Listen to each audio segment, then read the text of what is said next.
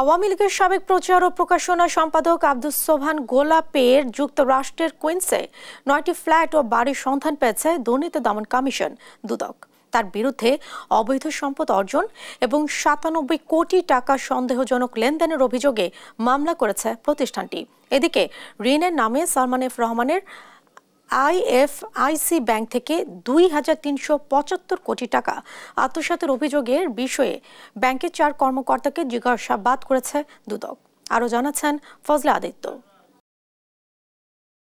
2023 সালের ডিসেম্বরে 5 কোম্পানির নামে আইএফআইসি ব্যাংক থেকে প্রায় 2375 কোটি টাকা ঋণ নেন সালমান এফ রহমান। সেসব প্রতিষ্ঠানকে দেখানো হয় 1 বছর আগে প্রতিষ্ঠিত কোম্পানি হিসেবে, অথচ এসব কোম্পানি নেই কোনো ওয়েবসাইট, এমনকি বাংলাদেশ ব্যাংকের দেয়া প্রতিবেদনেও দেয়া হয়নি কোনো ঠিকানা।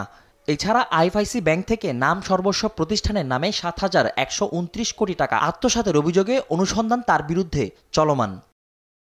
এমন সব অভিযোগ আমলে নিয়ে ঋণের নামে আইএফআইসি ব্যাংক থেকে সালমান এফ রহমানের 2375 কোটি টাকা আত্মসাতের অভিযোগে আইএফআইসি ব্যাংকের উপব্যবস্থাপনা পরিচালক শাহ মোহাম্মদ মঈনুদ্দিন সহ 4 জনকে জিজ্ঞাসাবাদ করেছে দুদক।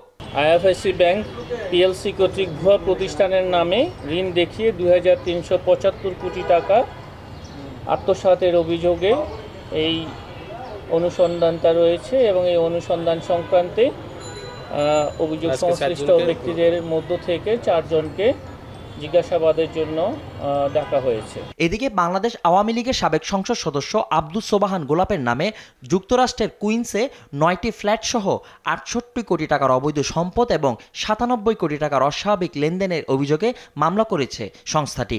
ক্ষমতার অপব্যবহার, বিভিন্ন অনিয়ম ও দুর্নীতির মাধ্যমে যুক্তরাষ্ট্রের নিউ ইয়র্কের কুইন্সে 9টি ফ্ল্যাট ও বাড়ি সহ 68 কোটি 32 লক্ষ 75 হাজারও বেশি টাকা মূল্যের জ্ঞাত আয়ের উৎসের সাথে অসঙ্গতিপূর্ণ সম্পদ অর্জন এবং 51টি ব্যাংক হিসাবে 97 কোটি 63 লক্ষ টাকারও বেশি অস্বাভাবিক এবং সন্দেহজনক লেনদেন করার অপরাধ অনুসন্ধানকালে প্রমাণিত হয়েছে।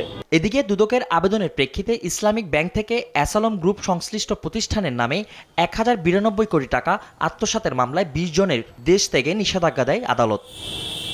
ফজলে আদিত্য, দেশ টিভি, ঢাকা।